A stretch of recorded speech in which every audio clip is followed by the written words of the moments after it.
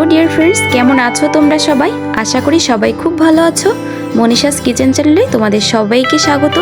বরাবরের মতন নতুন আরও একটি রেসিপি নিয়ে চলে আসলাম। দয়া করে আমার এই রেসিপিটি দেখার সম্পূর্ণ অনুরোধ রইল। আশা করি ভালো লাগবে। তো আজ বানাবো আমি আলু দিয়ে একটি মজাদার নাস্তা রেসিপি।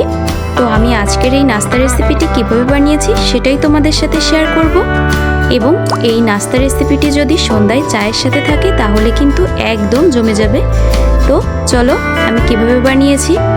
তো প্রথমেই আমি এখানে নিয়েছি আলুটা আমি সেদ্ধ করে নিয়েছি।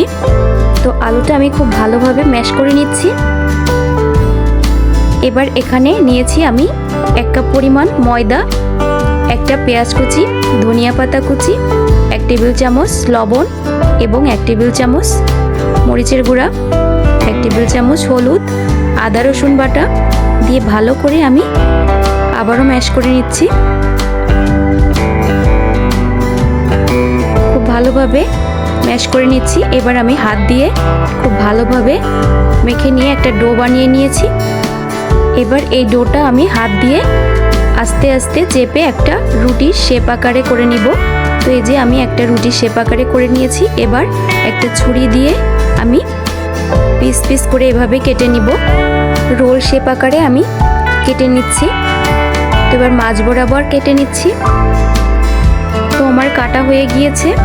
তো ঠিক এই যে এরকমটা দেখতে হবে। রোল শেপ আকারে আমি করে নিয়েছি। এবার এখানে নিয়েছি আমি ম্যাগি লুডুসটাকে আমি ভেঙে নিয়েছি। আমি আলুর এই রোলগুলো ম্যাগি লুডুসের ভিতর কোট করে নিচ্ছি। ঠিক এভাবে হাত দিয়ে চেপে চেপে সুন্দর করে আমি কোট করে নিচ্ছি। একে একে আমি সবগুলোই এভাবে লুডুসে কোট করে নিব।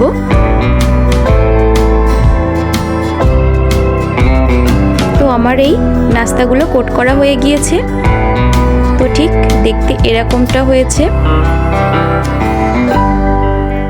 এবার আমি একটা প্যান বসিয়ে প্যানটা গরম হয়ে আসলে তাতে পর্যাপ্ত পরিমাণ তেল দিয়ে দিচ্ছি। তেল দিয়ে এবার কোট করে রাখা আলুর রোলগুলো আমি ভেজে নিচ্ছি। খুব ভালোভাবে আমি চুলার আঁচটাকে মিডিয়াম আঁচে রেখে আমি ভেজে নিচ্ছি। খুব ভালোভাবে এপিট ওপিট করে আমি গোল্ডেন ব্রাউন কালার করে ভেজে নিব। আমার ভাজা হয়ে গিয়েছে, আমি তুলে নিচ্ছি। এবার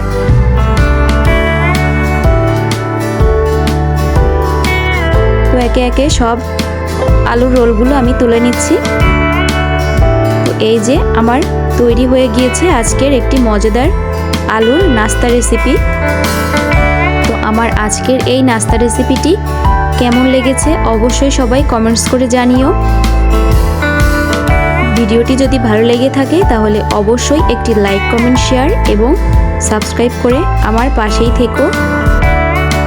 দেখতে ঠিক যতটা সুন্দর হয়েছে খেতেও কিন্তু অসম্ভব সুন্দর হয়েছিল।